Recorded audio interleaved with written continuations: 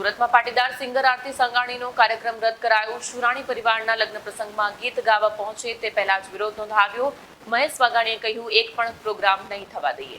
સુરતમાં પાટીદાર સિંગર આરતી સંઘાણીના લવ મેરેજને લઈ સર્જાયેલો વિવાદ હવે તેના કાર્યક્રમો સુધી પહોંચ્યો છે। શહેરના કતારગામ મોટીવેડ વિસ્તારમાં એક લગ્ન પ્રસંગમાં આરતી સંઘાણીના કાર્યક્રમનો પાટીદાર યુવાનો દ્વારા ઉગ્ર વિરોધ કરવામાં આવ્યો।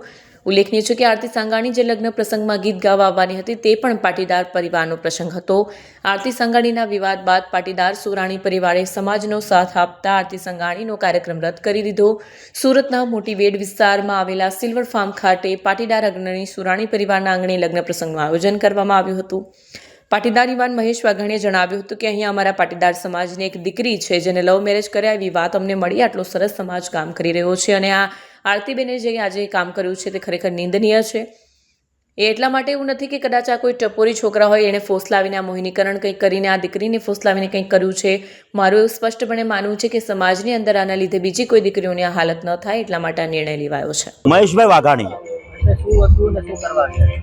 પાટીદાર સમાજની એક દીકરી આરતી એ સિંગર છે અને એ અમને જાણ થઈ કે ખરેખર એ કઈ સિલ્વર ફાર્મની અંદર આજે ડાયરાની મહેફિલ માણવા આવવાની છે। સાથે સાથે એણે જે ગોતેલો છે એવો હસબન્ડ એનો એ પણ આવવાનો છે।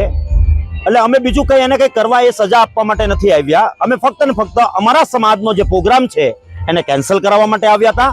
અને આજે અમને એ વિરાણી પરિવારે એ ખૂબ લાગણી સાથે સુરાણી પરિવારે ખૂબ લાગણી સાથે કીધું કે આજે અમે આનો પ્રોગ્રામ કેન્સલ કરીએ છીએ।